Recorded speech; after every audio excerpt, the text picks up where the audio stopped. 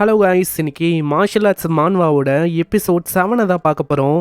மறக்காம எல்லாருமே ஒரே ஒரு லைக்கை போட்டுருங்க. ஏன்னா அப்பதான் இன்னமும் நிறைய பேருக்கு ரெக்கமெண்ட் ஆகும், தொடர்ந்து வீடியோஸை போட முடியும். சரி வாங்க, நம்ம டைம் மிஸ் பண்ணாம எப்பிக்குள்ள போகலாம். எப்பிக்கோட ஆரம்பத்தில் அடி வாங்கின 2 பேருமே அங்கே எழுந்துக்கிறாங்க.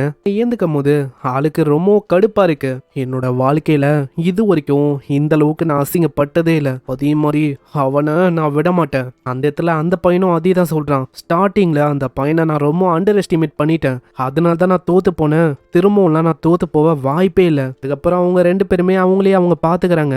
அங்க அவங்களுக்கும் புரியும் மாதிரி 2 பேருமே அடி வாங்கியிருக்காங்கன்னு. என்னை மன்னிச்சிரு, நீயும் ஸ்ட்ராங்கு தான், அதே மாதிரி என் மேல தான் அங்க தப்பு இருக்கு. ஏன்னா தேவையில்லாம உன்னை பத்தி மார்க் பண்ற மாதிரி அங்க பேசிட்டேன். ஆனா நம்மள இப்படி தாக்குன அந்த பையனை நம்ம விடக்கூடாது. 2 பேருமே சேர்ந்து ரிவெஞ்சை நம்ம கொடுத்தே ஆகணும். சீன் அப்படியே நம்ம ஹீரோ நோக்கி வரும். நம்ம சுஹான் அப்படியே காடுக்குள்ள செம்ம வேகமா வரான். அங்க முன்னாடி போகும்போது ஏகப்பட்ட காட்டு பண்ணி இருக்கும். அதுங்க எல்லாமே லோ டியர்ல இருக்க பீஸ்டுங்க தான். அதுங்களும் நம்ம சுஹானை பார்த்தோன்னே பயங்கர வேகமா தாக்க வரும். சுஹான் அவனோட ஸ்பீரை வச்சு அங்க பயங்கரமா தாக்குறான். இதனால எல்லாமே ஒரு சில நொடியில அப்படியே அழிஞ்சு போய் கீழே விழும். அங்க இன்னொரு விஷயத்த நம்ம சுஹான் இப்பதான் அங்க நோட் பண்றான். இதுங்களை கொல்லும் போது மார்ஷல் வேல்யூ ரொம்ப கம்மியா தான் இங்க கிடைக்கும். ஏன்னா நம்ம சுஹான் கொஞ்சம் ஸ்ட்ராங் ஆயிட்டான். எந்த அளவுக்கு ஆளு ஸ்ட்ராங் ஆகுறனும் அதுக்கேற்ற மாதிரி ஆப்பனண்ட்டும் ரொம்ப ஸ்ட்ராங் ஆயிருந்தா தான் இப்ப பாயிண்ட்ஸ் ரொம்ப அதிகமா கிடைக்கும். அப்பனா நான் பெரிய பெரிய பீஸ்டுங்களை கொள்ற மாதிரி இருக்குமா? சரி, ஏதோ ஒன்று, இந்த பீஸ்டுங்க கிட்ட டோக்கன் இருக்கா அப்படின்னு செக் பண்ணலாம். எல்லாத்தோட உடம்பையும் கிழிச்சு அப்படியே செக் பண்றான். ஆனா எதுலையுமே அங்க டோக்கன் இல்லை. அது ஏன்னா இப்போ நம்ம ஹீரோ கொன்ன ஒரு பீஸ்ட்டுமே லோ டியர்ல இருக்க பீஸ்ட்டுங்க. அதனால தான் இது வரைக்கும் என்னதான் அங்கே தேடி பார்த்தோம், அவளைக்கும் அங்கே டோக்கன் எதுவுமே இல்லை. இதுங்களுக்கு ஒன்று இதுக்குள்ளே தேடுறது வேஸ்ட்டு. ஏன்னா இதுக்குள்ளே எப்படியோ டோக்கன் இருக்காது. ஹை லெவலான பீஸ்ட்டுங்களை கொள்ளும் போது தான் அதுக்குள்ளே டோக்கன் இருக்கும். இதே மாதிரி கொஞ்ச நேரம் அவங்க கடந்து போகுது. நானும் ஏகப்பட்ட லோ டியர்ல இருக்க பீஸ்ட்டுங்களெல்லாம் கொன்னேன். ஆனால் எதுலேயுமே ஒரு சிங்கிள் டோக்கன் கூட எனக்கு கிடைக்கல. திடீர்னு ஒரு ஹை லெவல் பீஸ்ட் முன்னாடி அப்பியர் ஆகும். அது ஒரு பிளாக் டைகர் தான். ஆனால் அத்த செகண்டே அதோட நிலைமையும் பயங்கரமாக மோசமாகுது. அடுத்த அடியில் ரத்தமாக அப்படியே குப்பளிக்கும் வாயிலேருந்து.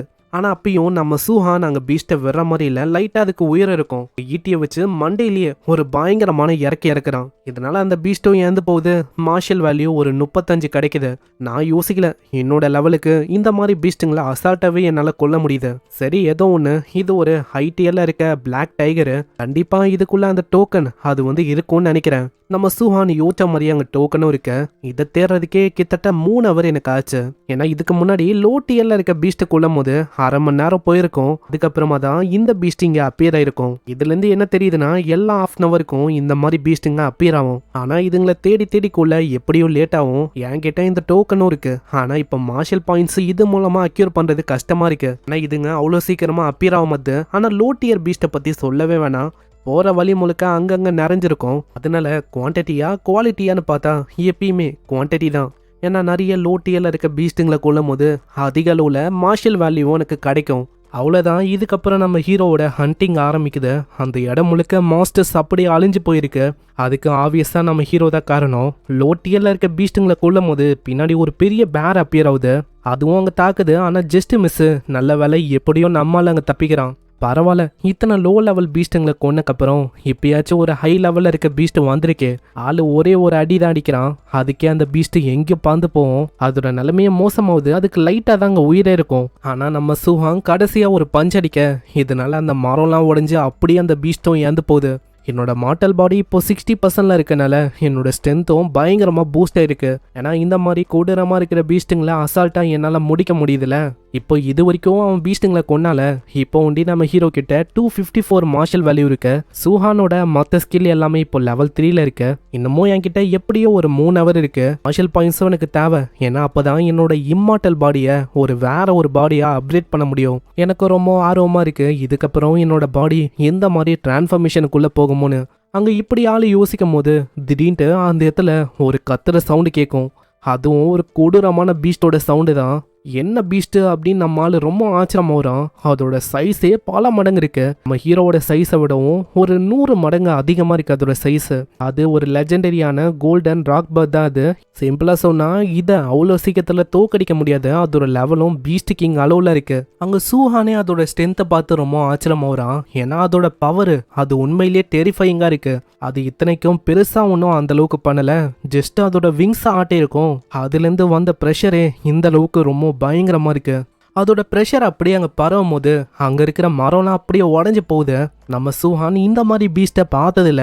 ஆளு ஒரு கல்லுக்கு பின்னாடி அங்கே இருக்கான். நான் இப்போதான் கொஞ்ச நேரத்துக்கு முன்னாடி கூட என்னோட ஸ்ட்ரென்த்தை பற்றி சொல்லியிருப்பேன். என்னோட ஸ்ட்ரென்த்து வந்து முன்ன இருக்கிறத விட ஏறிச்சுன்னு. ஆனால் கொஞ்ச நேரத்துலேயே எனக்கு ரியலைஸ் ஆயிடுச்சு, இந்த இடத்துல பெரிய பெரிய பீஸ்ட்டுங்க முன்னாடி, பெரிய பெரிய எக்ஸ்பர்ட்டுங்க முன்னாடி நான் சிம்பிளி ஒரு ஆண்ட் தான். இப்படி இதை பற்றி யோசிக்கும் போது முன்னாடி இருக்க விஷயத்தை பார்த்து ஆளு இன்னமும் ஆச்சரியமாகறான். ஏன்னா அந்த பெரிய ஜெயிண்டான பறவை முன்னாடி ஏதோ ஒரு பர்சனும் வந்து நிற்கிறான். கோல்டன் ராக் பேர்டு, இந்த டெரிட்டரி இப்போதைக்கு எனக்கு சொந்தம். அதனால இந்த இடத்துல என்ன நீ பண்ணிருக்க, மரியாதையா ஓடி போயிடு. அப்புறம் தான் இவரு யாரு அப்படின்னு நம்மளுக்கு தெரியுது. 7வது ரேங்க்ல இருக்க ஒரு கிராண்ட் மாஸ்டர் தான் இவரு, குன் டியான் லீ. நம்ம இவரை டியான் அப்படின்னே சொல்லலாம்.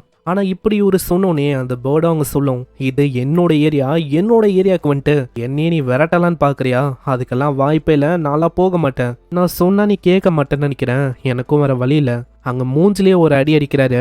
அந்த பவர்னால அதுக்கு பயங்கரமா வலிக்கும். வழியில அது பயங்கரமா கத்தும். அதோட சவுண்டும் எல்லாத்துக்கும் அப்படியே பரவ ஆரம்பிக்குது. டியானுக்கு கடுப்பாவுது, நீ ரொம்ப நாய்ஸியா இருக்க. தொடர்ந்து அடி அடின்னு ஒரு பயங்கரமா அடிக்கிறாரு. அந்த பெரிய பீஸ்டோட நிலைமைய மோசமாவும். ஹேய், உன்கிட்ட திரும்பலாம் என்னால் சொல்ல முடியாது. மரியாதையா இப்போதைக்கு இந்த லேண்டை விட்டுப்போ. ஏன்னா இந்த இடம் இப்போதைக்கு எனக்கு தேவை. ஜஸ்ட் வெயிட் பண்ணு, நீ பண்ண காரியத்துக்கு நான் விட மாட்டேன். இப்படின்னு தான் அந்த பேர்டு போக ஆரம்பிக்குது. ஆனால் நம்ம டியானுக்கு அந்த பேர்டு சொல்றதுல அந்த அளவுக்கு பயம்லாம் இல்லை. ஏன்னா ஆளு ஒரு பெரிய கிராண்ட் மாஸ்டரு. அந்த பேர்டு போனதுக்கப்புறம் அந்த இடத்துல அவரோட பவரை வெளிப்படுத்திக்கினே எல்லாருக்கிட்டையும் அவர் சொல்றாரு, நான் தான் ரேங்க் 7ல் இருக்க கிராண்ட் மாஸ்டர் டியானு. இங்கே வந்திருக்க ஒரு ட்ரெயினிக்கும் நான் சொல்கிறேன், யாருமே பேனிக் ஆக வேணாம். அசஸ்மெண்ட்டை திரும்பவும் நீங்கள் கண்டினியூ பண்ணலாம். அவரை பார்த்து நம்ம சூஹான் ரொம்ப ஆச்சரியமாகறான். அப்போனா TS 7ல் இருக்க ஒரு கிராண்ட் மாஸ்டரோட ஸ்ட்ரென்த்து அது உண்மையிலேயே இப்படி தான் இருக்குமா? இப்போ நான் ரொம்ப வீக்காக இருக்கேன். ஆனால் ஒரு நாள் இல்லை ஒரு நாள் அவரை விடவும் பல மடங்கு ரொம்ப ஸ்ட்ராங்காக மாறுவேன். இதுக்கப்புறம் டியானு ட்ரைனிங் கேம்புக்கு அங்கே வராரு. அவரு வரும்போதே அங்கே இருக்கிற ஆளுங்க இருப்பாங்க. அவங்க எல்லாருக்கிட்டையும் வரும்போதே சொல்கிறாரு, அந்த பெரிய பறவை வந்துச்சு, அது தொல்லியா இருந்துதா, அதான் அச்சு விரட்டிட்டேன். அங்கே ஒரு பொண்ணு இருக்கா. அந்த பொண்ணு அவங்க சொல்கிறான், TS 7ல் இருக்க ஒரு கிராண்ட் மாஸ்டரு. அப்படி இருக்கும் போது இந்த பறவைலாம் அவங்க முன்னாடி ஒன்றுமே இல்லை. பக்கத்துலேயே லின் அப்படின்னு ஒரு பையனும் இருக்கான். ஆமாம், அந்த பொண்ணு சொல்றது உண்மைதான். ஏன்னா அந்த பேர்டால உங்க முன்னாடிலாம் நிற்கவே முடியாது. போதும், இந்த அளவுக்கு நீங்க பாராட்ட வேணாம். என் பின்னாடி வாங்க, மானிட்டரிங் ரூம்ல போயிட்டு அந்த பெரிய பறவையோட ஃபோர்ஸை யார் தாக்கு பிடிச்சிருக்கா அதை வந்து பார்க்கலாம். கிராண்ட் மாஸ்டர் டியான், ஓகே. இதுக்கப்புறமா அந்த ஃபோர்ஸை யார் தாக்கு போச்சிருக்கா அப்படின்னு அவங்க செக் பண்ணுறாங்க. அந்த ஃபோர்ஸ் ரொம்ப ஸ்ட்ராங்காக இருந்திருக்கும். அதனால நிறைய பேருக்கு அடிபட்டிருக்கு. நிறைய பேர் அங்கேயே மயங்கி போயிருக்காங்க. ஆனால் நல்லா பார்த்தா ஒரு பையன் அங்கே மயங்கி போகல. அந்த பையன் வேற யாரும் இல்லை, அந்த பார்பெரிக் ஃபிசிக்கோட இருக்கிற அதே பையன், அவன்தான். இவனோட பேரு வாங் டியாங். ஆளு ஃபர்ஸ்ட் ஹை டியர்ல இருக்க ஒரு மார்ஷியல் ஆர்டிஸ்டா இருக்கான். அதே மாதிரி அவனோட வைட்டாலிட்டி 340, ஃபயர்ல காம்பேக்டபிலிட்டி 95% இருக்கு. பரவாயில்ல, அந்த சிட்டிலேருந்து இந்த வாட்டியாச்சு ஒரு டீசெண்டான பையன் வந்திருக்கானே. இதுக்கப்புறம் இன்னொரு பையன் இருக்கான். யாருன்னு பார்த்தா சிங்கு தான். சிங்கும் அங்கே பயங்கர வேகமாக அவனோட மூமெண்ட்டை வச்சு தப்பிச்சிருக்கான். அவனோட மூமெண்ட்டு ரொம்ப வேகமாக இருக்கும். ஏன்னா விண்டில் அவனோட ஆட்ரிபியூட் பவர் 96ல் இருக்கு. அதே மாதிரி ஆளோட வைட்டாலிட்டி 325. அந்த பையன் மாதிரியே தான் இவனும். 3வதா ஒரு பொண்ணு இருக்கா. அந்த பொண்ணோட பேரு யானு. இந்த பொண்ணு அவளோட ஸ்பிரிச்சுவல் பவரை சைக்கிக் பவரா மாத்தி அந்த இடத்துல எப்படியோ தப்பிச்சிருக்கா. இந்த பொண்ணோட வைட்டாலிட்டி 290ல இருக்கு. விண்டோட பவர் அது 95%ல இருக்கு. பரவாயில்ல, இந்த 3 பசங்களும் ரொம்ப ஜீனியஸாவும் ஸ்ட்ராங்காவும் தான் இருக்காங்க. ஆமா, இவங்க 3 பேரை தாண்டி வேற யாருமே இல்லையா? மற்றவங்களாம் இருக்காங்க. ஆனால் அந்த ப்ரெஷரை அவங்களால கையாள முடியல. அப்படியே அவங்க மயங்கி போயிட்டாங்க. உடனே அவர் கேட்குறாரு, ஆமாம், இது வரைக்கும் ஸ்டார் சிட்டிலேருந்து ஒரு நல்ல ஸ்டூடெண்ட் யாருமே இங்கே வரலையா என்ன? அது என்னன்னா, ஸ்டார் சிட்டிலேருந்து வந்த பசங்க எல்லாருமே Tier 1ல தான் இருக்காங்க. அதே மாதிரி அந்த அளவுக்கு பெருசாக அவங்களுக்கு வைட்டாலிட்டியும் இல்லை. ஓ அப்படியா? ஸ்டார் சிட்டிக்கு ஒரு பெரிய ரெப்புடேஷன் இருக்கு அப்படின்னு நான் கேள்விப்பட்டேன். ஆனால் அதுக்கெல்லாம் அவங்களுக்கு தகுதியே இல்லை. ஆனால் இப்படி இவர் சொல்லும் போது அங்கே சைடில் அந்த பர்சன் ரொம்ப ஷாக் ஆகுறான். ஏன்னா முன்னாடி ஸ்க்ரீனில் எவனோ ஒருத்தன் பயங்கரமாக மாஸ்டர்ஸை கொல்ல ஆரம்பிக்கிறான். ஆமாம், இந்த பர்சன் இவன் வந்து யாரு? பார்த்தா நம்ம சூஹான் தான். வெறித்தனமாக அங்கே இருக்கிற மாஸ்டர்ஸை அப்படியே கொல்ல ஆரம்பிக்கிறான். அப்புறம் தான் அந்த லேடியும் சொல்கிறான், இந்த பையன் ஸ்டார் சிட்டிலேருந்து வந்த நம்பர் 1 மாஸ்டர். உடனே சைடில் இருக்க பையனும், ஆமாம், என்ன நீ சொல்லிருக்க? அவன் மாஸ்டரா? கூடு, நான் பார்க்குறேன். அவனை பற்றின இன்ஃபர்மேஷன் எல்லாம் பார்த்தோன்னே ஆளுக்கு அப்படியே நடுங்க ஆரம்பிக்குது. நீ சொன்னது உண்மைதான். ஏன்னா இவன் ரொம்ப மாஸ்டரஸாக இருக்கான். அட என்ன நீங்கள் 2 பேரும் அப்படி என்ன ஜீனியஸ் அவன்? 3 பேரை விடவும் அவன் என்ன பெரிய ஆளா என்ன? சரி கொண்டாங்க, நானே அதை பார்க்குறேன் என்ன விஷயம்னு. டியான் அதை பார்த்தோன்னே அவருக்கே அங்கே பயங்கரமான ஷாக்கு. ஏன்னா நம்ம ஹீரோவோட வைட்டாலிட்டி அது 123 இருக்கலாம், ஆனால் ஹைலைட்டே என்னன்னா நம்ம ஹீரோ கிட்ட எல்லா ஆட்ரிபியூட்டும் இருக்கு. தண்டரு, மெட்டலு, வுட்டு, இந்த மாதிரி இல்லாத ஆட்ரிபியூட்டே இல்லை. முக்கியமாக எல்லாமே மேக்ஸ் அவுட்ல இருக்கு. அதாவது 100% நம்ம ஹீரோவால் பயன்படுத்த முடியும். ஆமா, இவனை மாதிரி ஒரு ஃப்ரீக்கு இங்க வந்திருக்கானா? இந்த மாதிரி ஒரு ஜீனியஸ் பல விஷயத்துக்கு அப்ப எப்பயாச்சும் தான் கிடைப்பானே. அதனால இவனை நான் ஒன்றும் விட மாட்டேன், அவன் மேல ஒரு கண்ணை வைக்கணும். ஆனா நான் அவனோட ரிப்போர்ட்டை பார்த்த வரைக்கும் இந்த சூஹான் அவன் இன்னமும் Tier 1ல ஏர்லி ஸ்டேஜில் தான் இருக்கான். அதே மாதிரி அவனோட வைட்டாலிட்டி அதுவும் 123ல தான் இருக்கு. அவனோட டேலண்ட்டுக்கு அது ரொம்ப அதிகமாக இருக்கணும் இல்லையா? அது என்னன்னா கிராண்ட் மாஸ்டர் டியான் நம்ம சூஹான் கிட்ட 7 ஆட்ரிபியூட்டும் இருக்கு. ஆளு ஒன்றும் ஒரே ஒரு ஆட்ரிபியூட் மேல ஃபோக்கஸ் பண்ணல, எல்லா ஆட்ரிபியூட்டையும் மாஸ்டர் பண்ணணும் அப்படின்னு தான் அவன் பாக்குறான். அங்க இதை கேட்டவுடனே அவருக்கு புரியுது எதனால அவனோட வைட்டாலிட்டி கம்மியா இருக்கு. ஆளு இன்னமும் ஏர்லி ஸ்டேஜ்லயே இருக்கான். அது ஏன்னா தொடர்ந்து அந்த 7 ஆட்ரிபியூட்டையும் ஆளு பிராக்டிஸ் பண்ண இருக்கான். அது எல்லாத்தையுமே அவன் பண்ணனா ரொம்ப லேட்டாகவும். இப்படி இருக்கும்போது அந்த பையனால எப்படி ரொம்ப சீக்கிரமா டாப்புக்கு போக முடியும்? எதுக்காக அந்த ஸ்டார் சிட்டியில இருக்க யாருமே இந்த விஷயத்த அவன் கிட்ட சொல்லவே இல்லை. நம்ம சூஹான் கிட்ட திறமை ரொம்ப அள்ளி கிடக்குது. இப்படி ஒரு ரொம்ப ஆர்வமா இருக்கும் போது அந்த இடத்துல ஒரு பர்சனும் வந்துட்டு பசங்க எல்லாருமே கொஞ்சம் கொஞ்சமா வர ஆரம்பிக்கிறாங்க. கொஞ்சம் வந்து பாருங்க. ஃபர்ஸ்ட் எடுத்தோடனே அந்த டாப்பான பசங்க அவங்க தான் அந்த இடத்துக்கு வராங்க. இதே மாதிரி 6 அவர் கடந்து போகுது. அந்த இடத்துல கொஞ்சம் கொஞ்சமா நிறைய பேர் வர ஆரம்பிக்கிறாங்க. அங்க அவ்வளவுதான் 7.5 அவர் ஆகுது. அங்க டியானோ அசஸ்மெண்ட்டை என் பண்ணலாம் அப்படின்னு தான் யோசிக்கிறாரு. ஏன்னா ஆல்ரெடி 7.5 hours அங்க ஆயிடுச்சு. இதுக்கு மேலேயும் அவங்களால வர முடியலன்னா கண்டிப்பா அவங்க வீக்கானவங்களா தான் இருப்பாங்க. ஆனா நான் இப்பயும் யோசிக்கிறது சூஹானை பத்தி தான். அவனை மாதிரி ரொம்ப ப்ரெஷியஸான பர்சனை என்னால எப்படி இழக்க முடியும்? ஆனா ஆளு இன்னமும் இங்க வரல.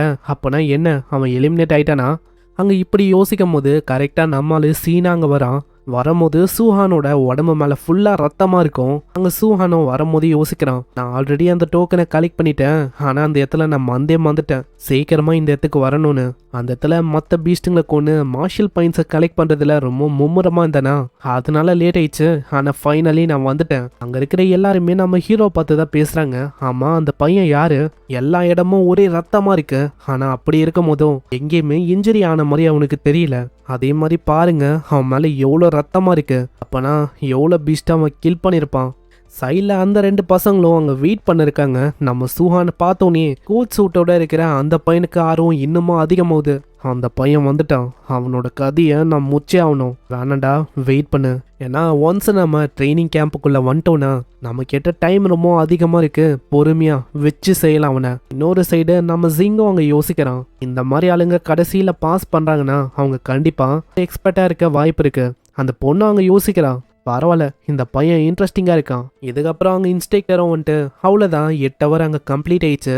இங்கே வந்தவங்க எல்லாருக்குமே கங்க்ராலேஷன், நீங்கள் தாராளமாக நம்ம ட்ரைனிங் ஃபெசிலிட்டிக்கு போகலாம். மேஜராக ஏகப்பட்ட ட்ரைனிங் ஃபெசிலிட்டிஸ் இங்கே இருக்கு. கிராவிட்டி ட்ரைனிங் ரூம்னு இருக்கு, மூமெண்ட் ஸ்கில் ட்ரைனிங் ரூம்னு ஒன்று இருக்கு.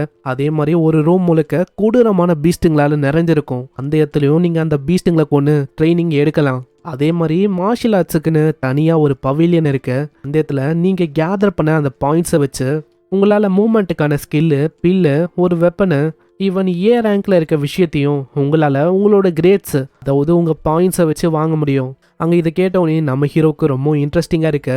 பரவாயில்ல, இது உண்மையிலேயே நல்ல விஷயமா இருக்கு. பாயிண்ட்ஸை கேதர் பண்ணிட்டு எனக்கு தேவையான விஷயத்த அந்த பவிலியன் அங்கேருந்து வாங்க முடியும். அங்கே இன்ஸ்ட்ரக்டரும் அவங்க சொல்றாரு, இந்த பாயிண்ட்ஸை நீங்கள் எப்படி கேதர் பண்ணுற மாதிரி இருக்குன்னா, இப்போ நான் சொன்னல இந்த கிராவிட்டி ரூமு, மூமெண்ட்டுக்கான ஒரு ரூமு, அதே மாதிரி மாஸ்டர்ஸால் நிறைஞ்ச ஒரு ரூமு, இந்த மாதிரி ரூம்ஸுக்குள்ளே போயிட்டு நீங்கள் ட்ரைனிங் எடுக்கிற மாதிரி இருக்கும். அந்த ட்ரைனிங்கில் நீங்கள் ரொம்ப எக்ஸ்ட்ராடினரியாக நிறைய விஷயங்களை பண்ணிங்கன்னா எக்ஸ்ட்ராவாக நிறைய ரிவார்டு கிடைக்கும். அதே டைமில் உங்களுக்கு அதிகமான பாயிண்ட்ஸும் கிடைக்கும்.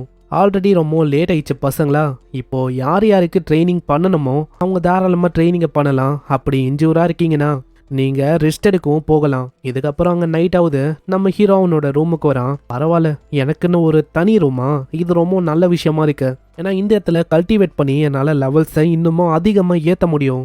நான் தனியாக இருக்கனால மற்றவங்க பார்ப்பாங்க அப்படின்லாம் நான் பயப்படவும் தேவையில்லை. இதுக்கப்புறம் நம்ம சூஹான் அவனோட மார்ஷல் வேல்யூ வாங்க பார்க்குறான். இப்போ கரண்ட்டாக 354 இருக்கு. இதுக்காக தான் நான் வெயிட் பண்ணேன். ஏன்னா என்னோட ஃபிசிக்கை நான் ஃபுல்லாக அப்கிரேட் பண்ணோம். அவ்வளோதான், இந்த மார்ஷல் வேல்யூ எல்லாத்தையுமே என்னோட பாடியிலேயே நான் போடலான்னு இருக்கேன். இதனால பார்க்கலாம் என்னோட ஃபிசிக் அது எப்படி மாறும்னு. அங்கே போட்டவுடனே ஒரு பயங்கரமான எனர்ஜி கண்ணா பின்னா நம்ம ஹீரோவோட உடம்புல சர்ஜ் ஆகுது. நம்ம சூஹானோட பாடியும் மார்டல் பாடியிலேருந்து வேற ஒரு பாடியாக ட்ரான்ஸ்ஃபார்ம் ஆகுது. அதாவது சிம்பிளாக சொன்னால் நம்ம சூஹானுக்கு ஒரு புது ஃபிசிக் அது கிடைக்க போகுது. அது எப்படி இருக்கும் அது எல்லாத்தையுமே நம்ம 1 by 1 பார்க்கலாம். இப்போதான் ஆளு ட்ரைனிங் கேம்புக்குள்ளேயே வந்திருக்கான். இதுக்கப்புறம் தான் ஆட்டமே ஆரம்பிக்குது. ஸோ பொறுமையாக வாட்ச் பண்ணுங்க. மறக்காம ஒரே ஒரு லைக்கை போட்டுருங்க. ஏன்னா அப்போதான் இன்னமும் நிறைய பேருக்கு ரெக்கமெண்ட் ஆகும், தொடர்ந்து வீடியோஸை போட முடியும். சரி, நான் உங்களை நெக்ஸ்ட் எபிசோடில் சந்திக்கிறேன். தேங்க்யூ ஃபார் வாட்சிங். சைனரா.